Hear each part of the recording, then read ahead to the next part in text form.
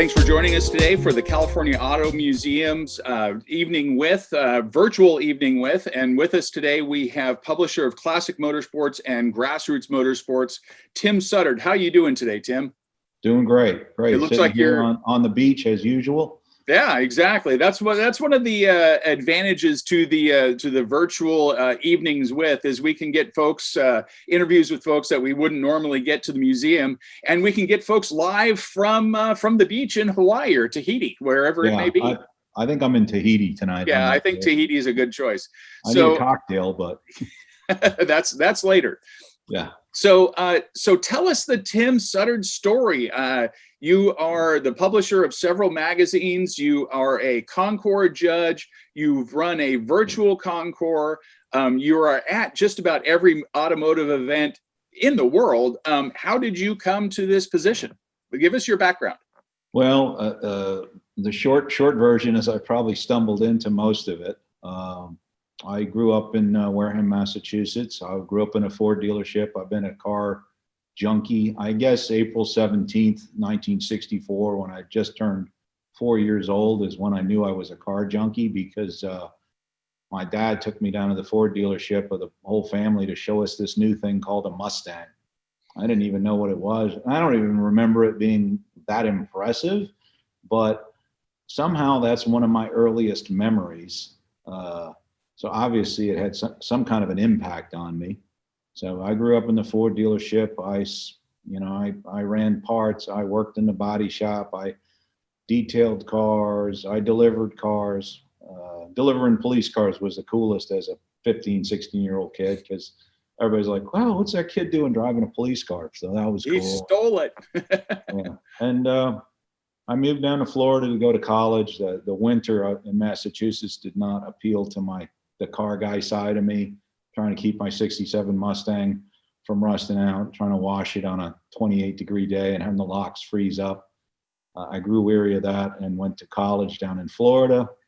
My senior year of college, I was dealing with a Mustang. I had a 66 Hertz model Shelby in college, which is not your typical, this is during the early 80s, the height of the little economy cars and stuff like that. And trying to keep this car running, and the guy tells me about this thing called an autocross, and I said, oh, that sounds cool. So I went and tried one, and that was in the spring of '82, and 2 years later I quit the ad agency job that I was working, and told my wife. I woke up in the middle of the night and said, we had this dream we should start a car magazine.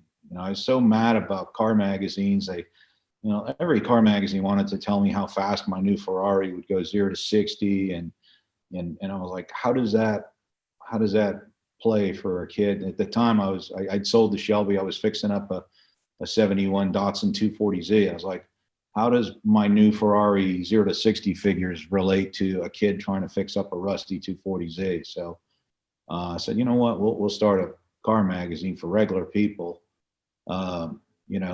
The concept was kind of a hot rod magazine for sports car people. I can't publish that. That'd probably get me sued, but which is odd, because David Freiberger from Hot Rod later told me that when he became the steward of Hot Rod, he said, I was trying to make it more like Grassroots Motorsports. And I laughed my butt off over that one, because I was trying to make a hot rod for sports car people. And so that started in summer of '84. I was 24 years old. I thought I knew everything. I'd been to, 4 or 5 autocross events. I'd put on a couple. So I thought I was an expert on anything to do with motorsports at that point. So four autocross events in, you say, I'm going to start a magazine and do this all myself. Yeah. I mean, I obviously know everything. I mean, at 24, everybody, every 24-year-old seems to know everything, right? So I was no different. And I was, like I said, working at an ad agency, and I had gravitated to mostly automotive clients. And I think they felt sorry for me. The crazy kid thinks he's going to start a national car magazine. So they bought ads in the first issue, and it grew pretty well from there. Oh, very cool. Like most people's instant overnight success stories, they don't know the 25 years of hell we went through to make it work.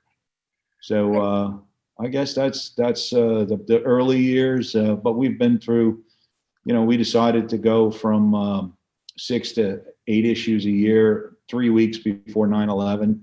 Not the best time to try to expand your business. We went through, we started with waxers and type that we had to lay down by hand, and the desktop revolution hit us early. We didn't have the money for the old style equipment. It was too expensive. So we had nothing invested in the old equipment. So in 86, we had the second laser writer and desktop publishing system sold in our area.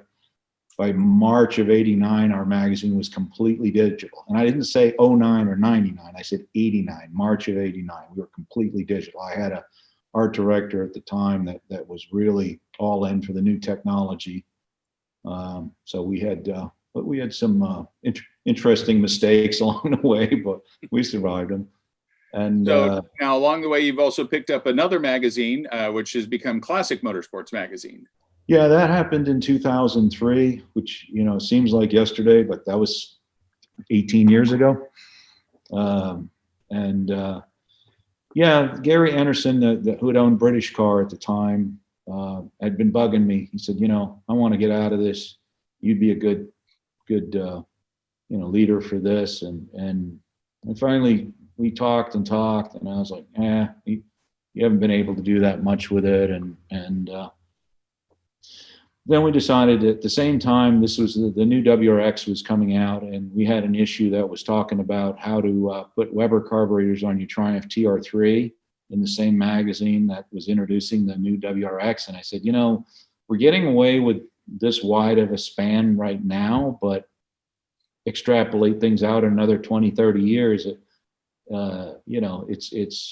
it's going to get weird. So we ended up buying it and putting all our vintage racing and our classic car stuff into Classic, and then keeping Grassroots a little more current. And Grassroots was always meant to be kind of geared at the 5 to 25-year-old car owner, and that second owner that wanted to fix something up and do some motorsports, or at least have something prepped like you could do some motorsports. That was kind of the concept. So the 5 to 25, it was starting to turn into 5 to 50 years old. So right, it was a nice way to separate those and divide your audience. Now, obviously, Grassroots Motorsports is heavily involved in motorsports, racing, autocross. You sponsor a lot of events. You actually put on your own events. Tell us about those. We do. We started it wasn't really my intent to go into the event business, but I've done a lot of things in my life that it wasn't my intent. I just probably either got angry about something or had an idea and said, damn it, we should do that. But every time I would talk to people, they would complain and say, well, racing's so expensive, and racing's, I wish I could go racing, but there's no way I could afford to go racing. And knowing what I knew, I realized that's excuse-itis, I mean, right. Pretty much everybody can go racing. It's the matter of what level. And so we were sitting around probably a little inebriated. Which is where some of your best ideas come from. Yeah. Most of my columns, most of my ideas come from some kind of altered states. But we just said, you know what? I bet you for a couple of grand you could build a car and at least run at a local autocross or run at a drag, local drag strip, and have it. You can even, you can buy stuff, sell stuff, and we came up with this event we now call the $2,000 challenge. And this was this was 99 was the first year, and this was also right at about the time the internet was getting. You've heard of the internet, right? Yeah. It's a fad. It was getting real popular, and it turns out our forum became a hotbed for low buck tech and people telling each other, hey, you can put the transmission from this car into that car, and you can get the blower off of this car, and you can fit this way if you do this, and that kind of all these little tech tips. So we developed this whole culture of people that knew where to shop, knew what cars, what parts fit what, and that kind of became the backbone of our website and our forum. And the event grew, and got, Hot Rod wrote about it, and Car and Driver and Hot Week, all these different publications jumped on it. And of course, the whole Lemons concept kind of came out of that later on. And we had thought about making it a road race. We just did autocross and drag race and a car show. I wanted a car show. People are like, why a car show? It's like, because I didn't want to put rusty pieces of crap on the cover of the magazine. I wanted them to at least be 10 footers so they looked pretty decent. Right. So that's what. But we had thought about road racing too, but I was like, oh hell no, I don't want the liability. I mean, what kind of crazy idiot would let people race $500 cars? Yeah, you got to be really stupid to do something like that, right? Yeah, I mean, I don't know anybody that would do something like that. No, other than maybe Jay Lamb. Like that. No.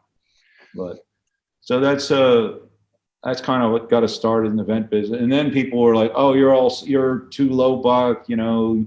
And I'm like, you don't really know us, because we've got guys with $150,000 Porsches and stuff that are very much grassroots motorsports guys, but you know, they're just, you know, if you make $500,000 a year, you're playing the same game, but at a different level than a guy making $50,000 a year. Yeah, sometimes it costs a lot to look that cheap, right? Yeah.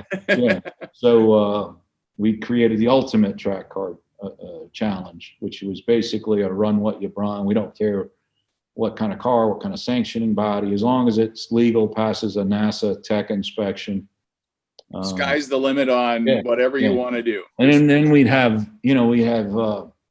guys like Bill Riley come and Mike Skeen, other famous racers, and just absolutely tear up BIR where we do this event and kill it. And then I'd have people complain, well, you know, that guy's a pro racer, or that's a specialty built car. I said, well, maybe we should rename it the Mediocre Kind of Okay Car Challenge. Would that be better for you? I mean, if you beat Bill Riley in one of his specials, you're the ultimate track car guy, you know? Yeah, a lot of people like to complain about restrictions and regulations in racing. Oh, it's not really what you can do. And as soon as you open it up and say, sky's the limit, do whatever you want, everyone's like, oh, we can't compete against that. It's like, well, there can be only one, right?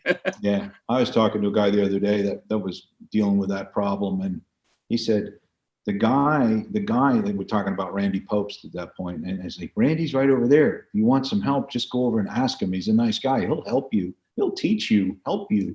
Learn how to beat him. But coming to me and bitch, you know, go talk to him. Why don't you follow him for a couple laps and see what he does? And by the way, he probably runs 100 events a year, and you run 5. You're not going to beat him. It's not because he's rich.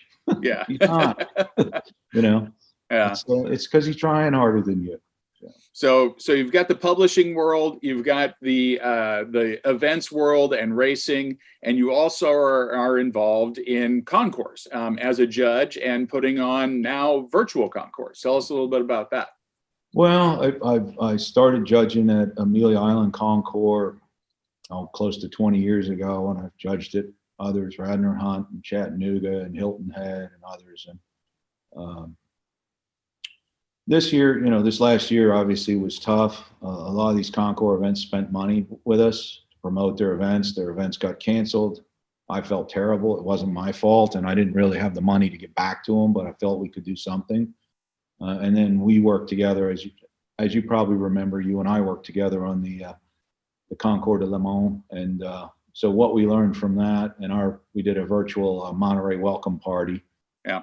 What we learned from that, we took to the Concours, the serious Concours world. And it was the Concours, cancellation Concours de cancellation. Yeah.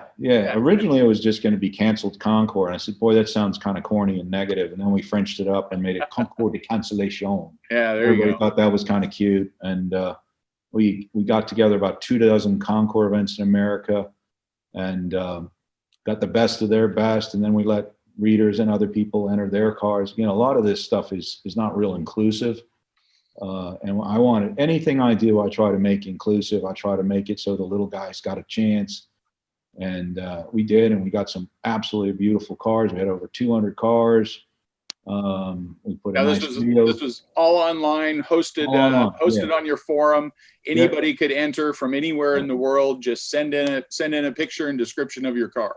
Yeah, and people were. I got interviewed and I got asked what was the hardest part about this. Is the hardest part about this was to tell some old guy that he didn't have the internet skills to post a car on a forum, and he needed to find a 12-year-old. And he, they would insist, "Oh, you're an idiot. Your system sucks. It doesn't work." And I'm like, 58 guys this today put cars up on our forum with no problem. They might have been a little younger and a little bit more savvy as to how to do stuff like that, but it doesn't make it a crappy system. So now there were how many classes? 30. And classes for everything from full classics like you'd expect to see at a Concours, Duesenbergs, Delahaye's, things like that, sports cars, race cars, even some, what'd you have cars of Main Street, cars that you would expect to see, just everyday cars.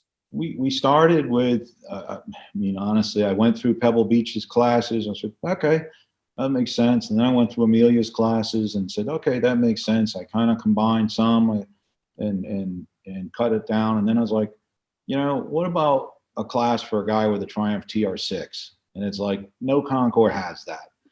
And so we created a class called Cars of Carmen, which sounds fancy, a famous designer. That's cool.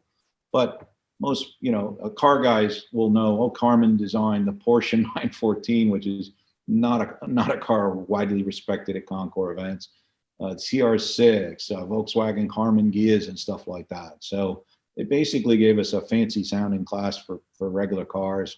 And we did the Cars of Main Street, which was actually won by this really, really super cool Toyota truck done up to look like the one that McFly drove in Back to the Future. Back to the Future, yeah, an '84 Toyota pickup truck that was just restored within an inch of its life. Sick. It was sick. Beautiful. But, you never see that thing at Pebble, and it was cool that we had a place for a car like that.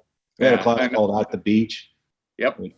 Which was fun. I'll include a link in the description below to that so people can go check that out. Now, for a Concours, you have to have judges. So tell us a little bit about what it's like to get judges to judge at a virtual Concours, and B, how does that process go down? Typically at a Concours, judges are walking around in a blue blazer and straw boater, and you khakis, and you walk up to a car and you spend a few minutes talking with the owner and kind of look it over. What's the process for a virtual Concours? Well, right off the bat, I said one of the things I hate about Concours events is you're asking me to be out in the hot sun judging cars, crawling around them, and I got to wear a coat and tie. How about jeans and a t-shirt? So we had a casual dress code, let's say. I called, and I'm blessed. I've got to know a lot of people over the years, famous people like you. And yeah, by far the most famous. Yeah, and a little bit more famous. But so I called in some favors and called some friends, and everybody seemed to really like the idea. They liked the name, and they started sending me notes saying, hey, if you ask so-and-so, this guy's amazing. He runs this Concours or that Concours, or, oh, that's a good idea. So, we ended up with all kinds of famous drivers and heads of automobile companies. And we organized it a lot like we did the Lemons, or the Concours de Le Mans, and, via Zoom call, and it went pretty well. I didn't know how the judging would go down. When we did the Lemons, it's kind of tongue in cheek, and it's dead serious. It's the most serious event in the country. But other than that, it's a little silly. So, but with this was supposed to be, Concours de Cancellation was supposed to be dead serious, real Concours, real judging, real judges, and it really was surprising how well it went and how seriously everybody took it. And how easily we could, it depended on the picture quality, but, if you're looking at 10 cars in a class and they're all by photo, you have to judge one photo against the next. You can't extrapolate that out to say, okay, well, I think I might see a blemish in the paint, because you're not going to see that. So, but it's the story, it's the attention to detail, but the judges didn't really fumble at it at all. It was, went very smoothly. I thought the results, I kind of stayed out of it. I may have pushed people a little bit if I thought they'd missed something, but mostly I kind of stayed out of I was on every call, but I kind of stayed out of it, let them make the decisions. And I was very happy with the quality of cars and the quality of the judges and the quality of the decisions that they made. And what impressed me with it is, having been a judge myself at a couple of serious concours, not just the Concours de Le Mans, is the discussions of the cars are the exact same discussions we would have had in person. And you're looking at pictures of cars, but the discussions of the provenance, what kind of car it is, how it's presented, the story behind it, it's all the same. And the judges took it very seriously. And the knowledge base was just sick. It was insane, the amount of knowledge that these people had. And the process went pretty much, it wasn't that different. You'd say, well, that's nothing like when you judge at Amelia, but the process and the conversations were pretty much the same. The amount of time it took was pretty much the same. The biggest change was probably, at a live Concours event, you're very, very careful what you say about an owner's car, who's overhearing you, because there's media people, not me, I'm a very good media person, but some media people that'll kind of try to look over your shoulder to see if they can catch some dirt on something, or the owners themselves, and you're just very careful about what you say to who at a big Concours event. But on this one, there was no spectators in our way. No, not that spectators aren't wonderful, right. But I'm just saying made it really pretty relaxing. You can just talk a little more freely about. It was very relaxing and not nerve-wracking at all. And we got wonderful letters, the trophies. They loved the trophies we made, and everybody's saying, you need to do that again next year. And I'm like, no. But I think I actually just got interviewed by Sports Car Market, and they were asking, is there a future in a virtual event? And there may be, and one of the things I talked about to them was a virtual event brings in a different kind of audience. It brings in a younger person. It's much more inclusive. If I've got a car that I think's neat, I might not have the money to, bring it to a big time event. Before we started taping this, we were talking about room prices at Amelia, and it's nuts. You can drop $5,000-$10,000 at a Concours easily, and more if you're transporting the car, or you have a team of people that have to keep the car running, or detailing the car. Easily a very expensive proposition. And I might have a perfectly cool car, and I've got something called a Tornado Typhoon, which is an English Ford-based special, and it's very rare and it's very cool. It was on the field at Amelia, but if I'm a regular guy, do I have the money to start taking that to various Concours events? So easily to take something like that to Pebble Beach would cost more than the car is worth. Which some people are fine with that, and that's great to do, but a lot of people can't, and it wouldn't be, sometimes cars like that wouldn't be accepted. So the virtual event might have a place going forward. It might, but by the way, Sandra from Pebble, if you're listening, if you want me to bring that car, I'll figure out a way to get it out to Pebble. I'm sure we can get it there. Yeah. Maybe we'll drive it and then have another reader drive it another 100 miles or something, and we'll get it there. So that kind of brings us to, this is obviously 2020 is a very strange time for the car world. All major events canceled, virtual events popping up. And we're just talking about, with luck, 2021, at some point in 2021, perhaps we're back to normal. Does what happened in 2020 affect the car world going forward? And do you see, what changes do you see, if any, and impacts that it'll have? That's a pretty big topic for sure. Yeah. I don't know how many hours you've got, but well, first off, what happened in 2020, I think is change. It will change the world permanently. Most things will come sort of back to normal, but I think the days of just going up and hugging strangers is, near strangers, let's say, is probably somewhat of a thing of the past. What's interesting is, even though the events got canceled, my parts sellers were having banner years because people were at home working on their stuff. I mean, I don't know what it says about us, but even the regular Joes that got the stimulus checks, I think they didn't buy food with them. They bought car parts and fixed up their cars, which, is really awesome or really pathetic, depending on what side of the fence you're leaning on, some of this stuff. But it seems like that's maybe what happened in a lot of cases. I know I spent, every weekend I would be traveling. I spent in the garage building stuff, or unfortunately, sometimes at night worrying about other stuff, maybe having a scotch or two. I would hit the buy now button probably a little more than I should have this year. And I've seen that same thing. I was just at a customizing hot rod shop. I've been to high-end restoration shops. I've been to engine rebuilders. I've been to parts sellers, and all of them have said this is their best year ever. They're completely booked. Their sales are through the roof. So I think there's a lot of hobbying going on for those that weren't physically or weren't financially affected by the pandemic. So there's certainly interest, and we'll see if there's a bottled up interest for events when those are allowed to happen again.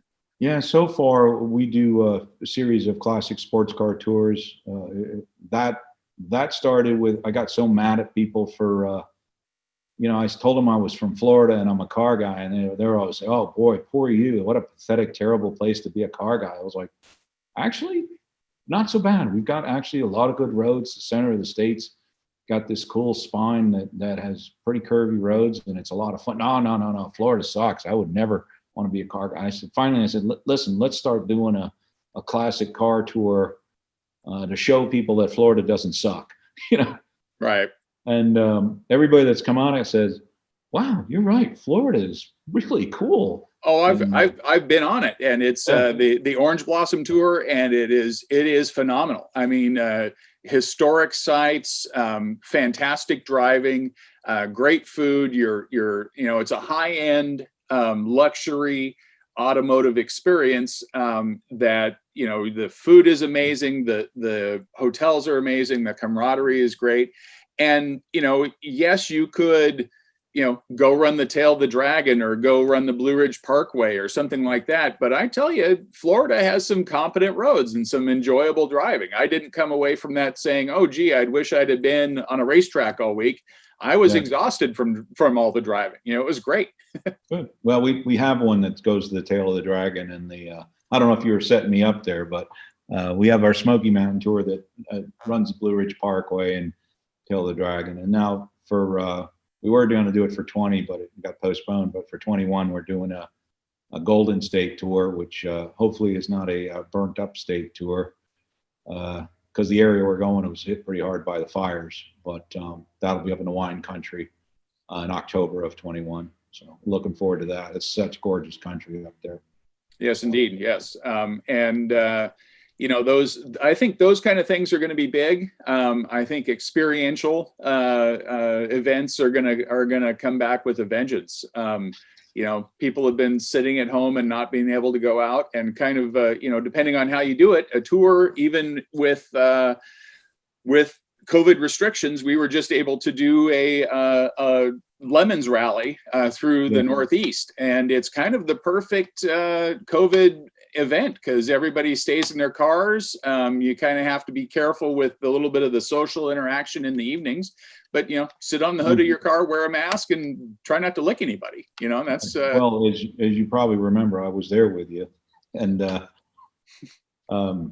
was real safe. You're basically in a car by yourself, and where I was going with our tour stuff is, well, you've had people. You said people are dying to do stuff again. We're having people saying, "Hey, when are you gonna start promoting that? We want to go. We want to go. We got to get out." Now we are limiting all our tours to 20 cars next year. Just keeps the group easier to manage. We're moving a lot of our venues to outside dining, and we're following CDC guidelines. So we're making. None of us wants to get sick either, so we're making every attempt to keep it as kind of intimate and safe as we can. So. Oh, outstanding. So plans for the future then, other than getting back to normal, anything new and different, or any projects you've got going that that you've been able to use this time to work on? Well, as you know, because you were there helping me with it, we're messing. I've spent a lot of time with you lately. Yes, so. indeed. other than my own, I think I've spent more time with you than anybody in my family other than my wife. But you know, people are going to talk. But Well, you know, let them talk. yeah. So as you know, we got a '65 Mustang race car project that's coming along pretty well. I'm messing around with a Bug-Eye Sprite. We're going to make a little hooligan Sprite out of it with a supercharger and a little irreverent car. You know, we try to mix it up. We try to do Concours restorations and then crazy rat rod stuff, and just kind of try to cater to all groups, and also, you know, keep it from getting stale. So we keep mixing stuff up. I've got a W111 Mercedes coupe that I'm going to do an engine swap in, which is a little sacrilegious, but I think it'll be fun. And stuff like that. I'm still waiting for the price of 289 Cobras to drop. Yeah, affordable range. Yeah, I think you're going to be waiting a while for that. Hey, I'm willing to spend $50,000 for one of those cars. You know, I think that's pretty generous. Yeah, I think you might be a player then. You know. But yeah, I mean, the second generation of the family's starting to take over more and more of the responsibility. So I'd like to get out there and play a little bit more. I guess I've had a pretty good life, and I've, you know, been and done an amazing amount of stuff. But I'd like to, you know, get out there and enjoy some of the cars I've built a little bit more. So, and if folks want to read about these projects you got going, they can subscribe to Classic Motorsports and Grassroots Motorsports magazine. I'll make sure there's a link below for them to do that, or get on your forum as well. There's always good stories there, and sign up for your emails. Great stuff. We started a YouTube channel. We got YouTube channels now for both magazines. That's been a new.